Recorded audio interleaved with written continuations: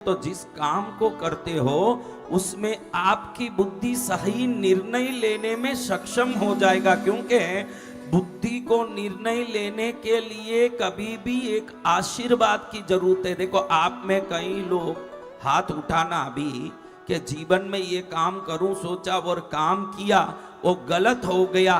कितने लोग ऐसे हो, वो हाथ ऊंचा करो, मैंने किया गलत हो गया। देखो, सब गलत काम करके बैठे हैं, लेकिन पहली बार एक अच्छा काम किए हो, कथा में पहुंच गए हो, ये सबसे बढ़िया। एक काम, अच्छा काम आपने किया जिंदगी में। आज तक भले ही कोई भी गलत काम किया हो, आज जो निर्णय लिया ये सबसे बढ़िया निर्णय आपने जिंदगी में लिया कि मैं जाऊं, भक्ति करूं और जीवन को सफल करूं। क्या सोचा? भक्ति करूं और जीवन को सफल करूं। हाँ, ये निर्णय अच्छा लिया। ऐसे गणपति जी महाराज। देखो, आप लोगों ने कभी हाथी देखा जीवन में? जी भगवान। आज एक अच्छी बात बताता हूं, सुन लो, बहुत जरूरी की बात है। आपने कभी जीवन में किसने हाथी को रोड में जाते देखा, गली में जाते देखा? वो सब हाथ ऊंचा करो। इस हाथी पर कौन बैठा रहता है? उसका नाम क्या है? बोलो। महावत। हाथी के ऊपर बैठा रहता माउत, और वो माउत अपने हाथ में एक अंकुश रखता है। क्या रखता है? अंकुश। उसका नाम अंकुश है। जब भी हाथी थोड़ा अनियंत्रित हो जाए, संतुलन बिगड़ जाए, हाथी को मद चढ़ जाए, कुछ भी हो, तो अंकुश से उसके मस्तक पर प्रहार करता है, मद उतर जाता है ना, हाथी नियंत्रित हो जाता है। आपको पता है ये बात? कभी मावत के हाथ में अंकुश कितने लोगों ने देखा? क्या अंकुश लेके चलता है वो। कभी हाथी कोई प्रकार से अनियंत्रित हो जाए तो मस्तक पर अंकुश से प्रहार करता, क्योंकि ये जो गंडस्थल का भाग है यहां, इधर से मद झरता है हाथी का। इधर गजमोती होती है। क्या बोलते हैं उसको? गजमोती। गजमोती किसे कहते हैं? आपने कभी गजमोती देखी है? हाथी के मस्तक पर धीरे धीरे वो मद घट बनता जाता है, मजबूत होता जाता है, तो वो हाथी का मद मोती जैसे एक गोलाकार का वस्तु बन जाता है, जिसको गजमोती कहते हैं। कभी जीवन में गजमोती देखा बेटा? देखा कभी गजमोती?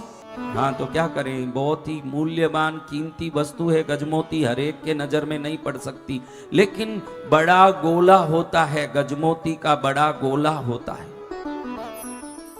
देखो, ऐसी मद पर माउत जब प्रहार करता है अंकुश से, तो हाथी वश में होता है। हाथी को जो अनियंत्रित, जो पागल जैसे इधर उधर कुचलने लगता है, उस हाथी को वश में करने के लिए ये अंकुश काम में आता है। अब आपको बताऊं, जिस हाथी को वश में करने के लिए अंकुश का उपयोग होता है, भगवान हाथी स्वरूप गणेश खुद ही अंकुश हाथ में लेके बैठे हैं। गणेश जी के हाथ में क्या है? अंकुश। अब बोलो, मुझे मस्ती चढ़ गई तो दूसरा ही तो मुझे आके समझाएगा, दूसरा ही तो मुझे व्यवस्थित बुद्धि देगा। लेकिन गणेश जी देखो, खुद ही हाथी है ना, खुद ही अंकुश लेके बैठे हैं। हम सबको बहुत बड़ा शिक्षा और ज्ञान दे रहे हैं कि जिस पर कोई नियंत्रण कर न सके, इतना बड़ा आदमी कोई हो गया हो, तो खुद ही खुद को नियंत्रित करने सीखना चाहिए, जब जाके जीवन सफल होगा। गणेश जी जैसे महाशक्ति को कोई दूसरा आदमी नियंत्रित कर पाएगा क्या? नहीं। और वो अनियंत्रित हो जाएंगे तो दुनिया में उनकी पूजा होगी क्या? बोलो, पूजा होगी? तो हाथी के हाथ में अंकुश, स्वयं गणेश जी अंकुश क्यों लेके बैठे हैं किसी को मालूम नहीं। भगवान गणेश जी सोचते हैं कि मुझे दुनिया का कोई आदमी बोल नहीं पाएगा कि तेरे में ये गलती है, मैं खुद को ही खुद नियंत्रित रखूंगा तो दुनिया में सर्वोत्तम और सर्वश्रेष्ठ बना रहूंगा और दुनिया के लोगों का कल्याण करता रहूंगा। जय गुरुदेव। ऐसे श्री गणेश जी महाराज की महिमा को प्रणाम करके हम आज कथा शुरू करते हैं, क्योंकि कुछ भी शुरू करो आप लोग बड़े विश्वास से आए हो कि मुझे इस कथा में जीवन भर के दुखों से मुक्ति मिलेगी। जय जय गुरुदेव। इसलिए आए हो दुखों से मुक्ति के लिए। मुझे जीवन भर के दुखों से मुक्ति मिलेगी, ये विश्वास से आए हो। तो अब ये विश्वास काम करना है तो पहले गणेश जी को प्रणाम करना जरूरी है। भाई मुझे तो कई कष्ट सता रहे हैं जीवन में, मेरी इच्छाएं, मेरी आशाएं, मेरे संकल्प पूरे होने हैं, मेरे दुख मिटने हैं। तो प्रभु का नाम क्या नहीं मिटा सकता है, प्रभु का नाम क्या नहीं दे सकता। जब नाम पर विश्वास आ जाए, नाम अमृत से भी बड़ा काम करना शुरू कर देता है जब नाम पर विश्वास आ जाता है। जय जय गुरुदेव। अमृत सू भी मीठो लागे बाबा थारो नाम, थारी महिमा है अपार, थारी महिमा है अपार। भैया मेरा आवाज खोलो, थोड़ा गुंजन बंद करो, गुंजन कम कर, आवाज खोल बराबर। आप सबको बढ़िया मेरा आवाज सुनाई दे रहा है? किस किस को सुनाई दे रहा है? तो आपको मेरी आवाज पहुंच रही है, यानी कृपा होने वाली है, ये संकेत आ गया है। जय जय गुरुदेव। और संकेत जिसको मिल गया है वो ताली बजाओ ये एक बार, जिसको संकेत मिला। गजाननं भूतगणाधिसेवितं कपित्थजम्बू फलचारु भक्षितं उमासुतं शोकविनाशकारणं नमामि विघ्नेश्वर पाद पंकजम्। आप में कितने लोग दुखी हो वो हाथ ऊंचा करो। तो सुखी कौन है भाई? कटे हैं सुखी? कोई सुखी है? दोनों में ही हाथ उठाए। दुखी बोले उसमें ही हाथ उठाई थी, सुखी बोले उसमें ही हाथ उठाए, सब में हाथ उठाए। हाँ बहने चमत्कारी बहने हैं। देखो आप ही दुखी नहीं हो, चूहे भी दुखी हुए। कौन दुखी हुए? चूहे। चूहे कैसे दुखी हुए महाराज? आप सबको हिंदी आती है क्या बहनों? पाली वाली बहनों हिंदी आती है?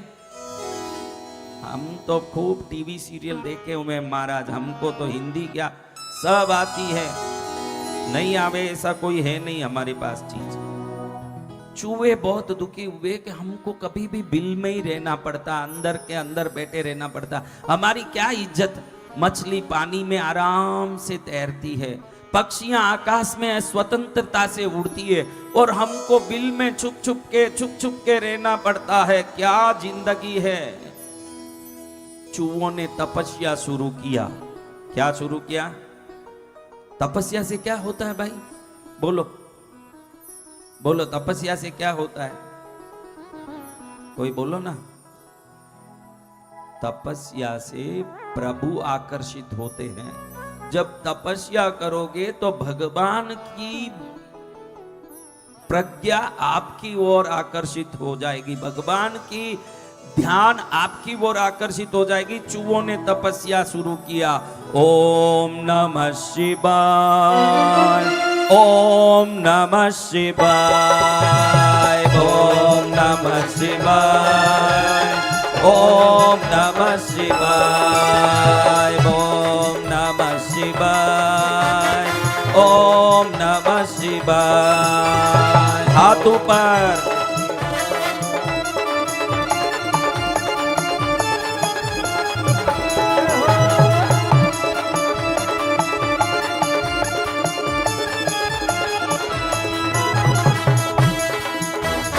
चूहों ने खाना पीना छोड़ दिया, तपस्या। देखो आपको एक बात बताऊं, कितने लोग कोई व्रत करते हैं कभी ना कभी, वो लोग हाथ ऊंचा करो जो व्रत करते हो।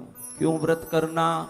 आप भूखे रह नहीं सकते, 3 टाइम खाने वाले हो और एक दिन भगवान के नाम से व्रत करते हो, तो भगवान देखते हैं कि ये मेरे लिए आज भूखा रहा, इसको आशीर्वाद दे दो। जय जय गुरुदेव। रात्रि जागरण भी क्यों करना? बगैर नींद रह सकते हो क्या? नहीं रह सकते। लेकिन भगवान देखते हैं आज मेरे लिए रात में जग रहा है, नींद बगैर नहीं रहने वाला, भोजन बगैर नहीं रहने वाला भगवान के नाम से जब भूखा रहता है, भगवान के नाम से जब रात में जगता है, भगवान देखते हैं कि इसने मेरे लिए अपना भोजन और नींद त्यागा, तो इसकी इच्छा पूरी कर दो, इसका जीवन सफल कर दो। जय जय गुरुदेव। यही व्रत का तात्पर्य है। चूहों ने भी व्रत किया, चूहों ने खाना छोड़ दिया, चूहों ने नींद छोड़ दिया, चूहे बैठ करके साधना कर रहे हैं।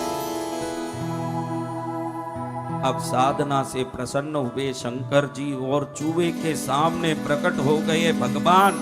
कहते हैं चूहों क्यों याद कर रहे हो, मैं प्रसन्न हूं, क्या मांगना मांग लो, मांग लो। तो चूहे कहते हैं प्रभु हमारी जिंदगी भी कोई जिंदगी है क्या? मैं आपके लिए कह रहा हूं, अच्छे से सुन लो, ये बात आपको लागू होती है। आपके पास कुछ भी हो, आपको पूछे, आप बोलते हो हमारे जिंदगी में कुछ नहीं है महाराज, हम दुखी हैं, हम बड़े दुखी हैं, इसलिए आपको ही ये कहानी लागू हो रही है। देखो कैसे। अब ये चूहे रोते हुए बोलते हैं कि प्रभु बिल में छुप छुप के पड़े रहना पड़ता है, कभी बिल्ली आके झांकती है, कभी कुत्ता आके झांकता है, कभी शत्रु आके परेशान करते हैं, हमारी जिंदगी भी कोई जिंदगी है क्या प्रभु? आप हमें भी कोई सम्माननीय जिंदगी दे दो, इसलिए हम तपस्या कर रहे हैं। भगवान ने बोला तुम क्या चाहते हो? चूहों ने बोला हमको उड़ने की शक्ति दे दो प्रभु, जहां आकाश में हम भी पक्षियों की तरह स्वतंत्र उड़ें और आनंद लें। कब तक बिल में छुप छुप के दुखी होंगे मेरे नाथ। भगवान तो है ही भोलेनाथ। रावण को ही सोने की लंका दे दी तो क्या चूहों को खाली भेजेंगे? भगवान ने बोला तथास्तु, लो तुमको आज से पंख आ गया है, जहां उड़ना उड़ो, उड़ो, उड़ो। अब चूहों को क्या आ गया? पंख। क्या आ गया? पंख। अब चूहों को आ गया पंख, तो देखो चूहे बड़े खुश हुए कि आज से हम भी बिल में छुपने वाले नहीं, घबराने वाले नहीं, उड़ने वाले हो गए हैं। आकाश में ऐसे ही उड़े। चीलों ने देखा, कौओं ने देखा कि जिनको नीचे ढूंढ ढूंढ के पकड़ना पड़ता था वो अपने सामने ही आ गए हैं, इनको पकड़ो अच्छे से, पकड़ो। अब इन चूहों के ऊपर कौन झपटने लगे? चील और कौवे। हाँ, चील और कौवे देखे कि जो नाश्ता अपने को नीचे जाके खाना पड़ता था, ये डाइनिंग टेबल पर ही आ गया, नाश्ता रेडीमेड मिल रहा है। तो ये चूहों को पकड़ने कहीं जाना ही नहीं पड़ा। चीलों को भक एक चूहा गायब, धक एक चूहा गायब, हप एक चूहा गायब। अब चूहे भगवान को याद करने लगे, हे प्रभु ये तो बड़ी गलती हो गई हमसे, हमको पंख नहीं चाहिए प्रभु, हमको पंख नहीं चाहिए। भगवान प्रकट हो गए महादेव जी। अरे चूहों क्या चाहिए, क्यों रो रहे हो? अरे हमने पंख मांगा, गलती हो गई, चील कौवे हमारे ऊपर झपट रहे हैं। भगवान बोले तुमने ही तो मांगा भाई, हमने थोड़ी बोला, तुमने ही मांगा, हमने दिया। नहीं, गलती हो गई, हमको मछलियों की तरह तैरने की शक्ति दे दो, हमको अब उड़ना नहीं है, पानी में रहेंगे तो सुरक्षित रहेंगे। कहाँ रहेंगे? तो पानी में। हाँ, पानी में रहेंगे तो बड़े सुरक्षित रहेंगे। भगवान ने बोला सोच लो भाई, फिर बाद में वापस मुझे याद मत करना। नहीं नहीं, सोच लिया, आकाश में गड़बड़ है, पानी में गड़बड़ नहीं है, पानी में तैरने की शक्ति दे दो। भगवान ने बोला तथास्तु, तथास्तु। अब चूहे क्या करने लगे? पानी में तैरने लगे। अब चूहे तैरने लगे तो एक चूहा तैरते तैरते पानी में ठंड में इतना आनंद लिया, सोचे कि अरे जिंदगी भर इस बिल्लों में पड़े रहे, ठंडा पानी का कितना आनंद है। भगवान आपको धन्यवाद है। इतने में पीछे आवाज आया, भगवान आपको धन्यवाद है। इतने में पीछे आवाज आया, कितना आनंद है। भगवान पीछे देखे तो इतना बड़ा वेल मुंह फाड़ते हुए आ रहा है इसको लपकने के लिए। उसका मुंह इतना बड़ा है कि कहीं जाने की जरूरत नहीं, डायरेक्ट मुंह में एंट्री हो जाए, कोई पकड़ने की जरूरत नहीं। अब ये वेल ने मुंह खोला, एक ही मुंह में 600 चूहे अंदर चले गए। बाकी चूहे देखे कि अरे पानी में तो बड़ा खतरा है, बड़े बड़े वेल मछलियां हैं, जो मछली ही मछली को निगलती है। कभी चूहा चूहे को खाता है क्या? नहीं। लेकिन देखो ये मछलियां मछली को ही खाती है। बड़े दुष्ट जाति में आके फंस गए प्रभु महादेव, बड़े दुष्ट जाति में आके फंस गए प्रभु महादेव। भगवान प्रकट हो गए, दया आ गई प्रभु को। क्या रे, क्यों रे चिल्ला रहे हो? अरे प्रभु बड़ी गलती कर दी। आकाश में जितना डेंजर था वो तो था, लेकिन पानी में तो आकाश में चील हमसे 2 गुना बड़े, 4 गुना बड़े, पानी में तो हमसे 1000 गुना बड़े बड़े वेल मछलियां आके हमको पकड़ने निगलने दौड़ रही है। प्रभु हाथ जोड़ता हूं, पग पड़ते हैं, पैरों में पड़ते हैं, हमको बचा दो। क्या चाहते हो अभी बोलो? हमको वापस चुवाई बना दो। अब हम समझ गए जो आप देते हैं बिल्कुल सोच समझ के देते हैं, उसमें हमको कोई बुद्धि लगानी नहीं चाहिए। हमने बुद्धि लगाई, बड़ी गलती कर दी बुद्धि लगा के प्रभु। हमने बुद्धि लगाई, वहीं गड़बड़ हुआ। क्या हुआ? गड़बड़ हुआ। बुद्धि लगा के बहुत बड़ी गड़बड़ कर दी हमने, क्योंकि जैसे ही बुद्धि लगाई हमने उड़ने की बाँ, कौन आ गया?